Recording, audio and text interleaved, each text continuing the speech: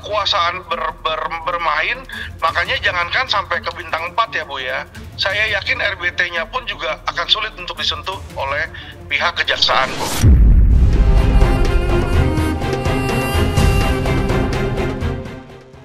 Jadi misalnya pelakunya ada 30, ya kan, yang ditangkap mungkin paling cuma 25, 5 gembongnya itu lepas.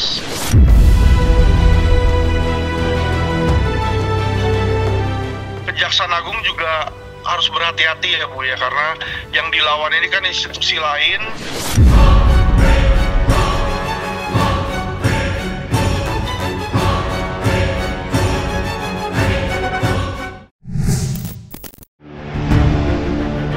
Setelah Ketua DPP National Corruption Watch Hanifah Sutrisna mengungkap dugaan adanya keterlibatan mantan Jenderal Bintang 4 dalam pusaran kasus korupsi PT Timah, kini giliran praktisi hukum Alvin Lim yang juga bersuara terkait dugaan adanya backingan dari mantan Jenderal Bintang 4 berinisial B dan T. Disebut-sebut mempunyai pengaruh cukup kuat di lingkaran elit kasus korupsi PT Timah yang membuat para pelaku tidak dapat disentuh Kejaksaan Agung. Dan RBT pun ini mendapatkan dan kalau diselidiki Bu di sini, RBT pun ada hubungannya dengan yang tadi Ibu bilang bintang 4 itu. Kalau kita berbicara ada oknum mantan penegak hukum yang bintang 4, saya melihat di sini bintang 4-nya ya, kalau mantannya itu nggak hanya satu, ada 2 yang bertanggung jawab. Satu itu yang sudah beredar tuh inisialnya B, satu lagi itu kalau menurut kami di DPPCW inisialnya T. Bagi kami ini dugaan bahwa ikut campurnya oknum aparat penegak hukum dalam bisnis ilegal ini patut dipertanyakan oleh masyarakat Indonesia, karena kerugian yang ditimbulkan ini ratusan triliun. Ini korupsi dengan kerugian negara terbesar selama republik ini berdiri. Ya tentu saja kan karakteristik tindak pidana korupsi, tindak pidana perekonomian negara itu tidak sendiri kan itu. Tetapi untuk mengembangkan kepada apakah public figure, apakah masyarakat biasa, apa korporasi, kan bukan opini. Tapi adalah fakta, bukti-bukti hukum, alat bukti yang cukup menurut hukum. Itu yang diganti. Ya jadi kalau di depan hukum, mau dia masyarakat biasa, mau dia public figure, mau dia artis, mau dia konglomerat, mau dia pejabat, sama kedudukannya di hadapan hukum. Kejaksaan tidak peduli Anda siapa, perbuatan Anda melanggar hukum, tindak itu perintah jaksa agung. Dan karena itu sudah perintah dari pimpinan pelaksana kekuasaan negara di bidang penuntutan tertinggi, maka pasti itu terjalan di lapangan. Kenapa? Ini dimonitor terus kan, apalagi menarik perhatian publik. Kalau kejaksaan sudah berani masuk di situ, berarti dia yakin tindak pidananya ada dan bisa membuktikan di pengadilan. Meski tidak disebut secara gamblang, siapa sebenarnya sosok Jenderal Bintang 4 berinisial B dan T yang diduga kuat membuat Kejagung tidak leluasa mengungkap kasus korupsi PT Timah? Dugaan itu tidak lepas dari hasil pengungkapan para pelaku tindak kejahatan korupsi PT Timah yang dianggap masih jauh dari harapan. Mengingat saat ini Kejagung baru menetapkan 21 tersangka dalam kasus korupsi yang disebut-sebut terbesar dalam sejarah kasus korupsi di Indonesia ini. Lantas, apa yang membuat Kejagung terkesan begitu hati-hati dalam menangani kasus korupsi PT Timah? Jadi, Kejaksaan Agung juga harus berhati-hati ya Bu ya, karena yang dilawan ini kan institusi lain yang dimana juga kuat ya, dan ada dekingan politik. Jadi dalam penegakan hukum pun mereka sedang mereka memperhatikan hal tersebut sih Bu, itu kalau yang saya lihat. Dan memang itu adalah sebuah langkah yang bijak, karena kalau dia main asal jalan, main asal tabrak, takutnya yang ditabrak lebih kuat dari dia sendiri yang repot nanti Bu di situ. Jadi kalau saya bilang kita lihat saja, biarkan aja ini bergulir di sini, karena memang ada sedikit intrik politik di dalam kasus ini. Saya mendukung penuh kinerjanya mereka ya. Jadi mereka sudah on the right track, tapi mereka ini harus lebih punya keberanian untuk membabat secara equal. Kalau memang orang-orang itu terlibat, jangan takut, Kejaksaan Agung lakukan, tangkap, tahan, proses hukum. Saya yakin masyarakat akan mendukung Kejaksaan Agung secara maksimal. Kotak Pandora sudah ada di depan mata Kejaksaan Agung, tinggal dibuka. Dibukanya itu dibuka terang, jangan diintip. Kalau hanya diintip, nanti yang akan keluar ya tikus-tikus kecil aja. Pemain besarnya tidak akan pernah ditangkap dalam hal ini. Nilainya terlalu besar.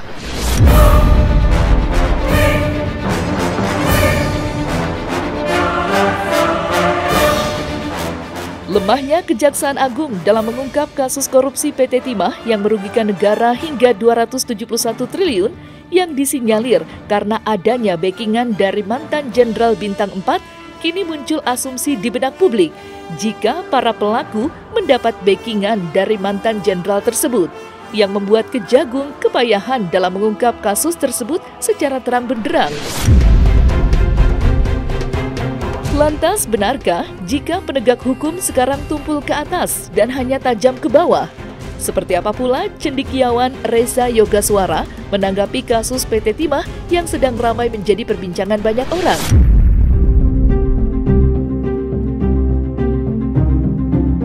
Tetapi setajam-tajamnya pisau yang dimiliki oleh Kejagung saat ini, ya kan tetap seperti yang saya bilang, hukum itu masih tumpul ke atas, Bu. Ya, dan belum ada keseriusan dari pemerintah ini untuk mendukung full penegakan hukum. Ya, saya belum melihat instruksi dari presiden yang mengatakan bahwa tebas habis walaupun itu bintang 4. Dia nggak berani ngomong seperti itu.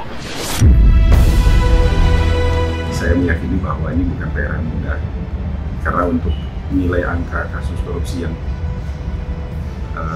disebutkan gitu ya, itu adalah angka yang bombastis, dan saya yakin ini banyak tahapan yang harus dilewati, sehingga saya meyakini Kejagung sedang melanjutkan dengan baik. Namun kalau ditanya kemungkinan, ini mungkin karena satu itu angkanya bombastis, angkanya juga bombastis, sehingga ini akan menjadi sorotan berbagai pihak. Jadi kalau ditanya apakah yang lain tahu atau tidak, feeling saya mungkin aja tahu. Sehingga harapan sih tetap investigasi atau penyidikan bisa dilakukan ke semua lini, sehingga kita bisa menegakkan bahwa Indonesia ini tingkat korupsinya semakin lama semakin rendah.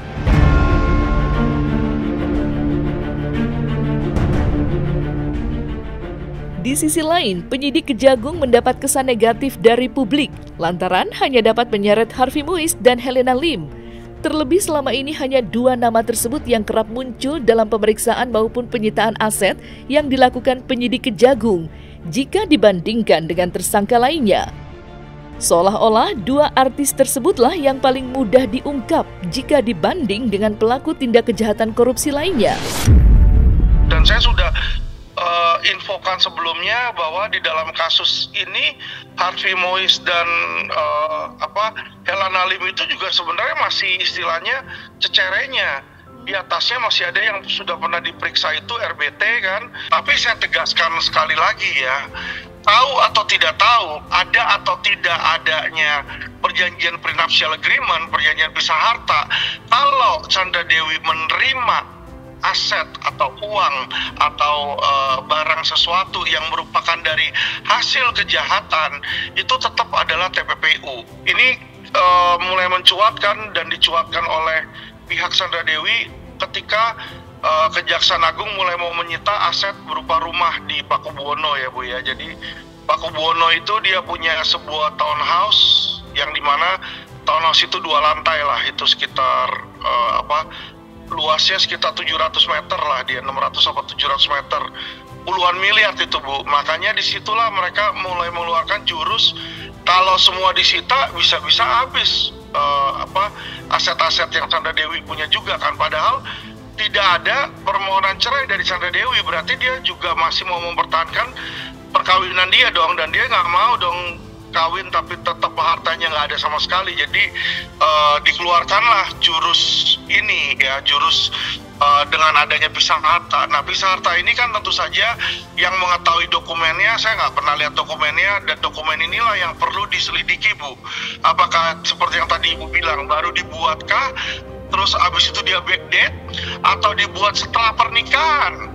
Kalau dibuat setelah pernikahan atau baru-baru ini kan berarti jelas itu adalah sebuah tipu daya ya, sebuah modus lah istilahnya untuk menghindari penyitaan ya, dan itu seharusnya bisa kena pasal lagi, Bu, Tipikor pasal 21, menghalangi penyidikan itu bisa kena ya, kalau memang itu yang dibikin sesudah. Nah, tentu itu nanti menjadi kebijakan dan kewenangan dari Kejaksaan Agung untuk mengecek ya, jadi seharusnya Kejaksaan Agung ngecek itu dokumentasinya. Di sisi lain, Kejaksaan Agung terkesan hanya dapat mengungkap para tersangka sekelas kepala dinas. Mungkinkah hal tersebut ada kaitannya dengan isu mantan Jenderal Bintang 4 yang ikut menghalangi kinerja Kejagung? Ditetapkannya dua pesohor, Harvey Muiz dan Helena Lim, menjadi tersangka terkesan karena lemahnya Kejagung dalam mengungkap para pelaku tanpa pandang bulu. Ketidakmampuan Kejagung mengungkap dalang atau tokoh intelektual di balik kasus timah belakangan diduga ada kaitannya dengan keberadaan mantan dua jenderal yang menghalangi kinerja Kejagung. Lantas, benarkah dugaan tersebut?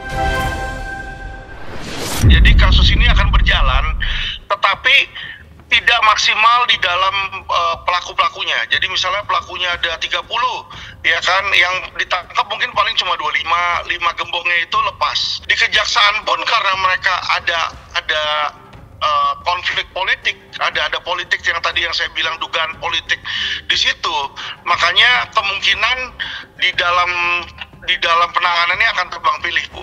Ya, tetapi tidak mandek. Kenapa nggak mandek? Ada yang ditahan dan sudah ada yang disita, dan itu harus masuk ke pengadilan. Jadi ini akan masuk ke pengadilan ya. Jadi akan sangat sulit. Nah, disinilah kekuasaan bermain. Makanya jangankan sampai ke bintang 4 ya, Bu ya. Saya yakin RBT-nya pun juga akan sulit untuk disentuh oleh pihak kejaksaan. Terlepas dari berbagai tudingan miring yang dialamatkan pada Kejaksaan Agung, baru-baru ini penyidik Kejagung melakukan pemeriksaan terhadap FNY selaku ibu rumah tangga terkait dengan penyidikan perkara dugaan tindak pidana korupsi dalam pengelolaan tata niaga komoditas timah di wilayah izin usaha pertambangan di PT Timah atas nama tersangka TN.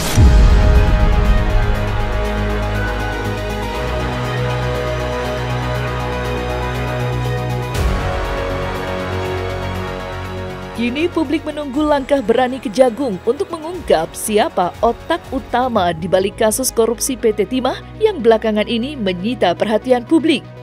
Tentu saja, di balik banyaknya kritik, publik tetap menaruh harapan besar terhadap Kejagung.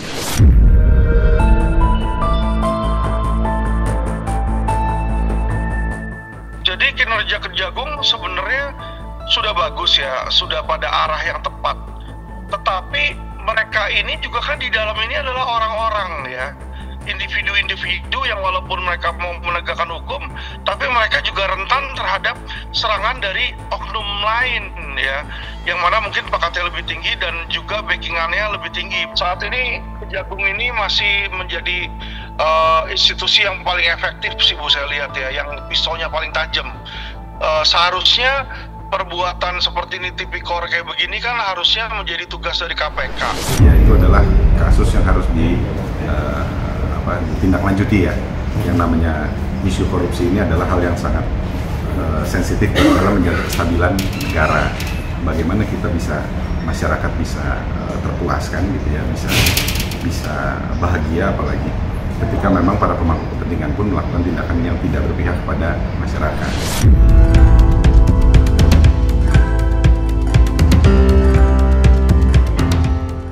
Nah, selesai sudah Cumi Lovers, saksikan terus Cumi Camp In-Depth, kabar lengkap, mendalam, dan akurat dari narasumber terpercaya.